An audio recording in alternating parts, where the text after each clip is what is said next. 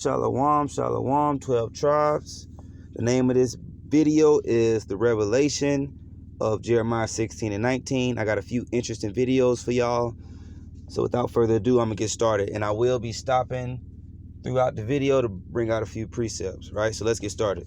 Welcome to Seven Trumpets Prepper, and to this very important and very special video that I'm doing covering who the true biblical Hebrews are. First off, I want to say, as if the warning at the beginning of the video wasn't enough, I want to make sure and reiterate this, that I'm not a racist person, nor am I a person that hates certain individuals. I love all of humanity. I want to see all of humanity. Translation, he about to drop a bombshell on his people. Making a new kingdom. But nevertheless, there is true Hebrews. There is a true people of the Most High that is scattered throughout the nations of the earth this day. It is not whom that many people believe they are, such as the so-called Jews in the nation-state of Israel. What that sound like? Revelations 2 and 9, Revelations 3 and 9. I know the blasphemy of them who say they are Jews. That's what he's referencing. We so see before us right now. I would interject that the true biblical Hebrews are the so-called African-American people that are scattered abroad throughout the world. Hold on. I got a scripture for that because that sounds familiar. That sounds like a prophecy that hasn't happened. Sound like it's about to happen. It's unfolding, right? Let's get Jeremiah 16 and 19 because that sounds very familiar. This is the book of Jeremiah, chapter 16 and verse 19. O Lord, my strength and my fortress and my refuge in the day of affliction. The Gentiles shall come unto thee from the ends of the earth and shall say, surely our fathers have inherited lies, vanity, and the things where therein there is no profit. And this is Amalek. Now in this video, it's going to be one Edomite that just descends for Edom, and it's two Amalekites. But still, this prophecy in a whole is referencing the nations, all the Gentile nations, right? Yes, in its context, it's referencing Amalek, but all of the nations this is going to happen with, right? All of them are going to come across the earth and say, surely our fathers have inherited lies, right? It doesn't have to be necessarily verbatim, but this is a perfect example of how that prophecy is going to unfold. Things like this, you go see guys get online, Edomites, Amalekites get online and say, hey, you know, black people are the real Jews. They're just small ways, but the way Jeremiah 16 and 19 put it, it's going to be like a mainstream thing, man. Everybody go know, right? Let's continue. Now, I will show you through a mass amount of evidence that I'll put up on the screen right here, verses below, and you can do your due diligence and research these things out to see if they be so. It is very important that you understand who the true Hebrews are, because that end-time prophecy, lots of it, surround these individuals. That's right. I am a Gentile. I know exactly who I am, but it seems to be the one group of people in the world that... You see that? He said, I am a Gentile. The scriptures say the Gentiles go come across the earth and say they surely our fathers have inherited lies.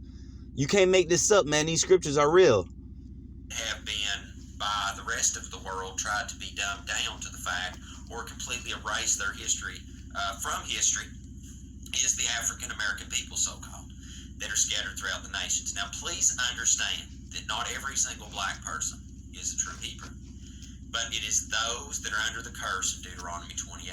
And you'll be able to tell by the time that I'm done giving you this information in this video who the true Hebrews are, and you may be one of them. That's right. So let's begin. Which are an ancient community of the Israelite exiles. Now, this is Amalek, right? Listen to what Amalek says. Now, this is, for the most part, the general consensus of the largest people in Africa. You do have different groups like the Abu Dhabi in Uganda who aren't saying they're from the lost tribes, but have joined the people of Israel in large amounts of numbers. One other location I'd like to, actually before I go into this other location, what's fascinating is, which I speak about, is the Transatlantic slave trade.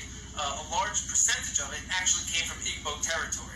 So these Igbo today in Nigeria were practicing Jews, numbering the 40 million people with customs and traditions, doing circumcision on the 8th day. Revelations 2 and 9. Exact people brought to the Americas on the Transatlantic slave trade. Now, if someone goes to Times Square in New York today. Yes, we know some of those people that's in West Africa and East Africa are our people, but a majority of those people over there are not our people, right? And that's what he was referencing. That's why I was just bringing that out for edification. You'll see, African Americans dressed in Israelite outfits and yelling at people saying, you're not the real Jews, we're the real Jews. And so most people saying, well, you guys are kooky, you just made this whole thing up, you made up a religion and an identity. They are the blood descendants, most likely, of the people who, from Israel, were brought from Africa to America. So it's very fascinating. But what they need is You see that? Amalek said, we are the blood descendants from the people that descended from Israel. Jeremiah 16:19. Let's get another one. Watch this. And when the sun was going down, a deep sleep fell upon Abram, and lo, an horror of great darkness fell upon him. And he said unto Abram, Know of a surety that thy seed shall be a stranger in a land that is not theirs, and shall serve them, and they shall afflict them 400 years. And also that nation whom they shall serve will I judge, and afterward shall they come out with their great substance. This notion that black men are to be feared, and black men and black people are scary, is hilarious to me. Because historically speaking, white people, you guys have been the most dangerous motherfuckers on the planet. You wiped out the Indians, you kidnapped niggas, you repressed us for 400 years. We brought blacks into this country as slaves. We never intended them to be anything other than a slave. But they began to grow in number and in power, and eventually... Sound familiar? The scripture in Exodus, I'm not gonna get it. Paraphrasing. We afflicted them more, but their seed continued to multiply. Right? These scriptures are real, and this is spiritual. And these people are waking up to who we are. Yes, they knew who we are, but even more Gentiles are waking up more and more. Y'all see this? And stuff like this excite me. This let me know the power of the Most High is at hand. Man. They fought their way to some freedom. So we became even more cruel. And to keep our black Americans down, we lynched. But yet they rose. So then we used the welfare system, the criminal Sound familiar? Exodus 1 and 2. But the more they afflicted them, the more they multiplied and grew. And they were grieved because of the children of Israel. Shout out to our brothers and sisters, Alliance of Zion, man. Yahweh Shem Yahweh Shabbat Thumb. Yet they rose. And so now we are doing exactly what the Pharaoh did at the end. But yet they rose, right? That's pretty much it on that, family. But I want to close with one scripture, two scriptures, Salakia. Let's get Matthew 22 and 36. Matthew 22 and 36. This is the book of Matthew, chapter 22 and verse 36. Master, which is the greatest commandment in the law? Jesus said unto him, Thou shalt love the Lord thy God with all thy heart and with all thy soul and with all thy mind.